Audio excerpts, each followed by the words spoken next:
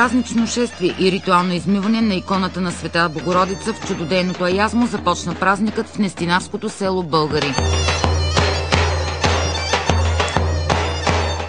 От незапомнени времена на 28 август, когато по стар стил църквата отбелязва празника на Светата майка, малкият параклис край селото събира близки и познати от всички краища на страната. С десетки запалени свещички и богати дарове пред иконите, вярващите и тази година се помолиха за здраве и късмет на своите семейства.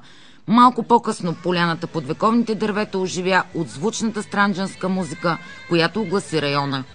На това място се пожелава на здраве и живот и се весели да сме.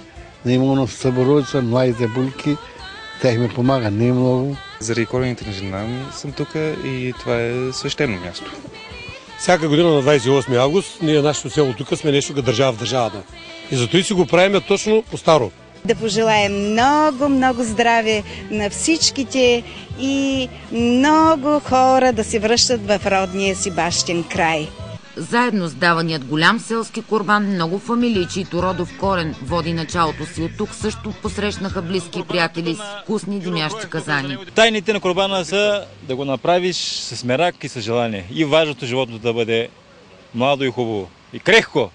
След всички ритуали и поздравления, разбира се, че дойде ред на музикалните изпълнения, които повишиха празничното настроение.